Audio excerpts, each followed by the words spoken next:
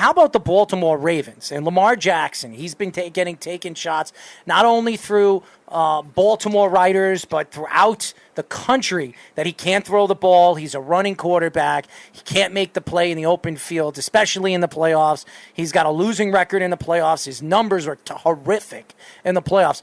Are you surprised that this year, again, he's up for an MVP conversation?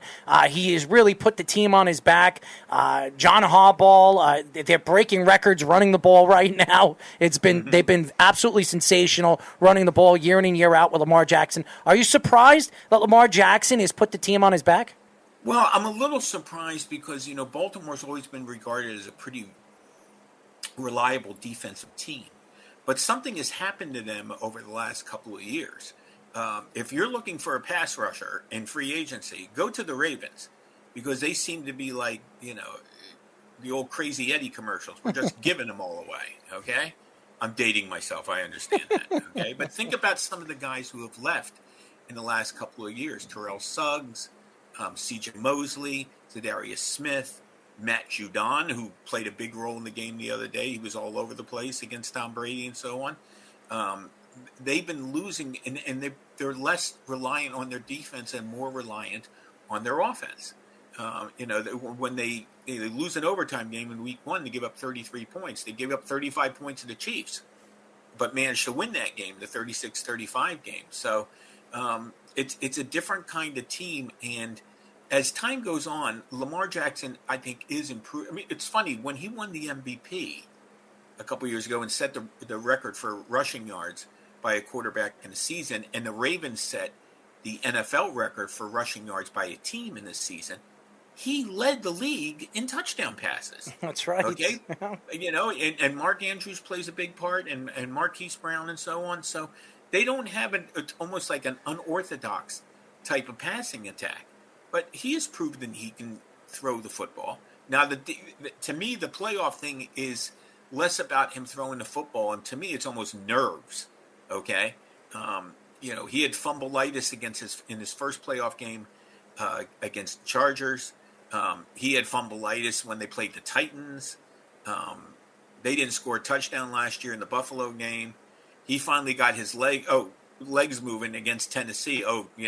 The bad Tennessee defense. So I think it's less about his inability to throw the ball and more just that big stage. And we've seen some really good players in all sports kind of wilt in the big stage. So this season so far, we've seen a lot of lopsided divisions for the most part. The NFC West, the AFC West are very good, and then we see divisions like the AFC South be really bad.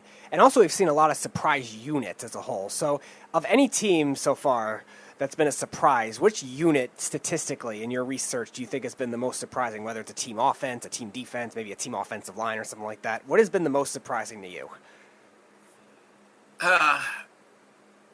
Even though I know they had talent, Carolina's pass rush has been pretty potent. I know they have Brian Burns and so on. Hassan Reddick, you remember when the Cardinals made him a first-round draft choice? I thought it was a big reach at the time. 2017. Mm-hmm. And he really didn't do anything for about 3 years. And, of course, Chandler Jones only played 5 games last season. And then all of a sudden, out of nowhere, here he comes as a pass rusher.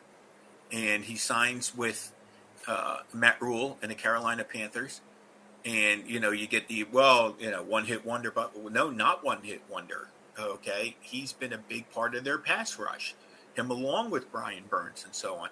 So I've been a little surprised by that. Now, listen, you get that kind of pass rush, and you add Stephon Gilmore to your secondary, and I'd be surprised if another team scored 36 points on them like the Cowboys did on Sunday. Carolina is a very intriguing team because it was funny. They were 5-11 in what turned out to be Ron Rivera's last year. Remember, he got fired late in the year and so on.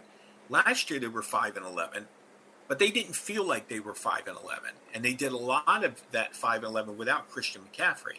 And now they're doing it without him again. But I think they're a better overall football team. They're able to absorb the loss. And I think Sam Darnold comes in. They're still sloppy with the football. I mean, I think Sam only knows how to play one way. He was like that at USC. He was like that with the Jets. And he's put the ball on turf 4 or 5 times already. Didn't lose them all, but he's still fumbling issue.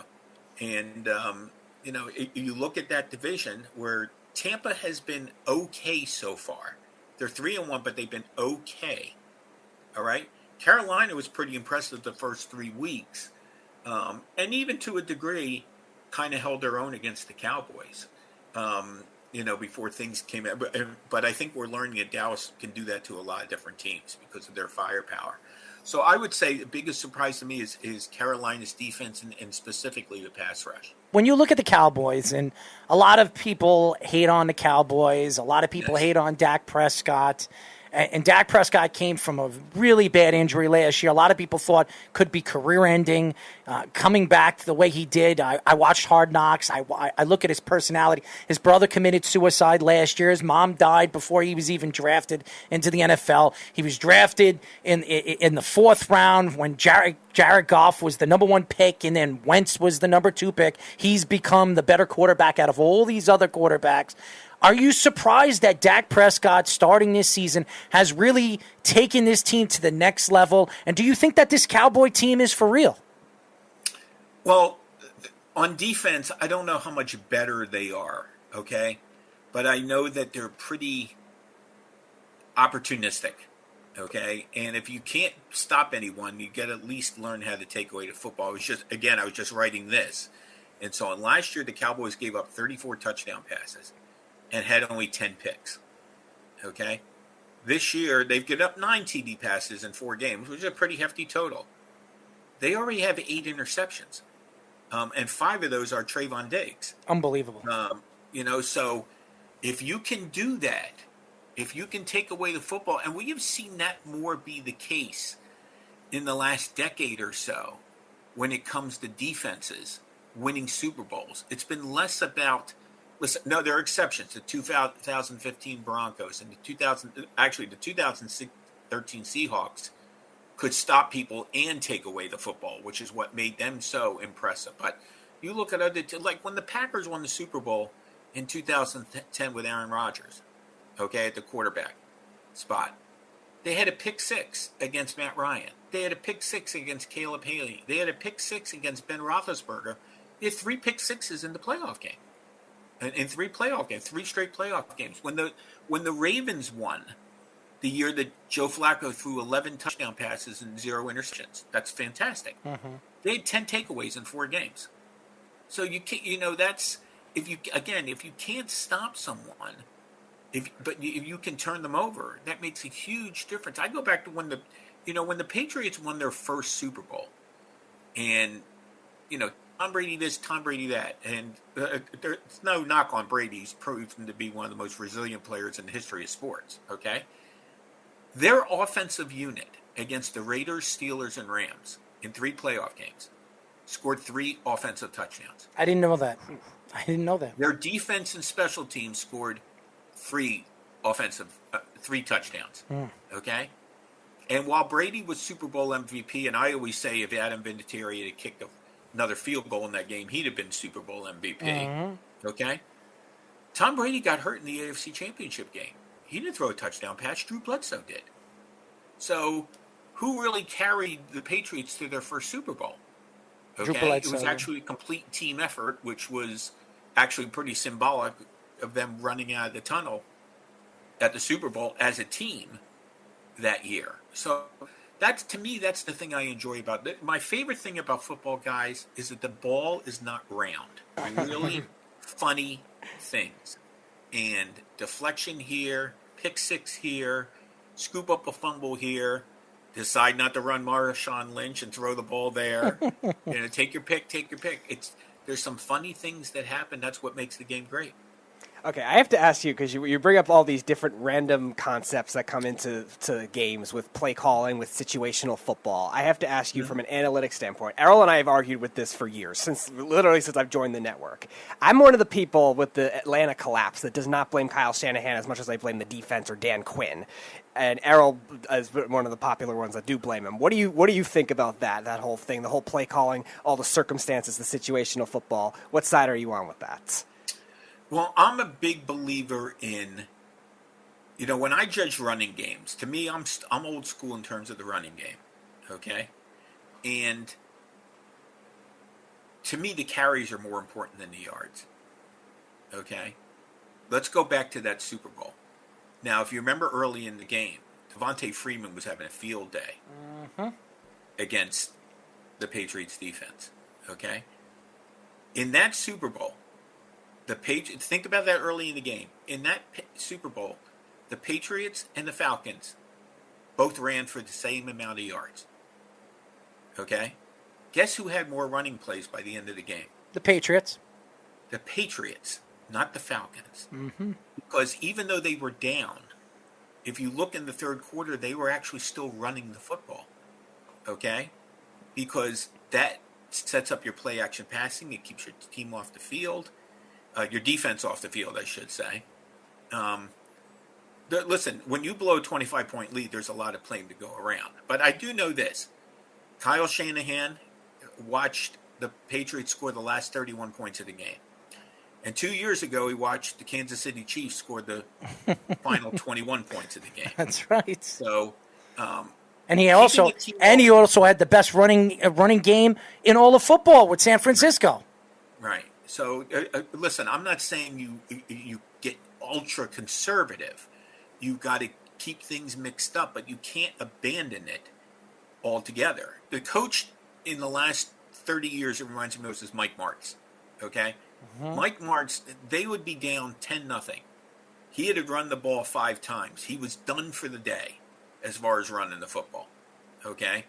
And it didn't work out because you just can't play like that. So I don't know if I necessarily answered your question, but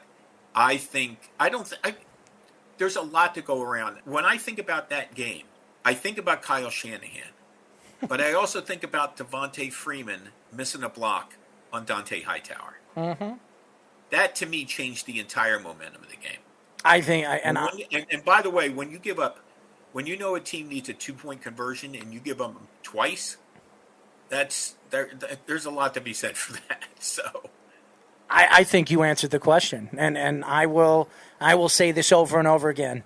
The reason why San Francisco didn't win the Super Bowl a couple of years ago against Kansas City was because of Kyle Shanahan, and the reason why the Atlanta Falcons didn't win the Super Bowl against the New England Patriots when they were up by 21 points in the fourth quarter. 25. 25 points. 25 in the third quarter. Yep. They stopped running the ball, and I said this to Speedy over and over again.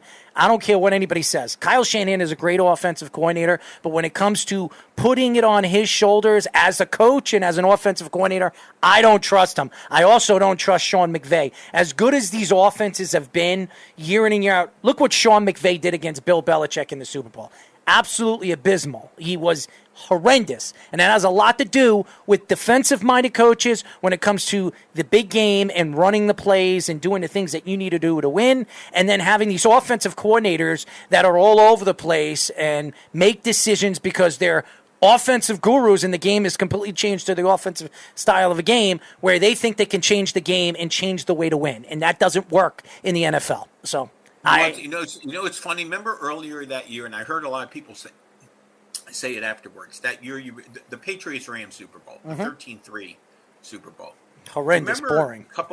Remember a couple months before that, you were hearing Rams 54, Chiefs 51. That's the future of the NFL. Okay, that Monday night game. That's the future of the NFL. It was in New Mexico, right? It was in New Mexico. I think that game was Mexico City. I think that game it was supposed to be and then got moved, I believe. No, they did play it in Mexico City. There was another one that got moved. There was another one that got moved. I remember the game. Yep. Yeah. So that was the future of the NFL. And the future 2 months later was the Rams got a field goal, which has only happened twice in the history of the Super Bowl where a team was limited to 3 points. And the other instance was way back in 1971. I think Zerline missed 2 field goals, too. Yeah, that was. I mean, it was a semi snoozer to say the least. The fact that they held New England to 13 points and weren't able to beat them. You think about the Super Bowls with New England and so on, and how they, for the most part, can't put points on the board, especially the latter versions against Seattle and against Atlanta and so on. So, listen, defense. They can change the rules. They can open things up. They can do this and you can do that, but all those points don't mean anything if you can't stop the other team. And history just shows that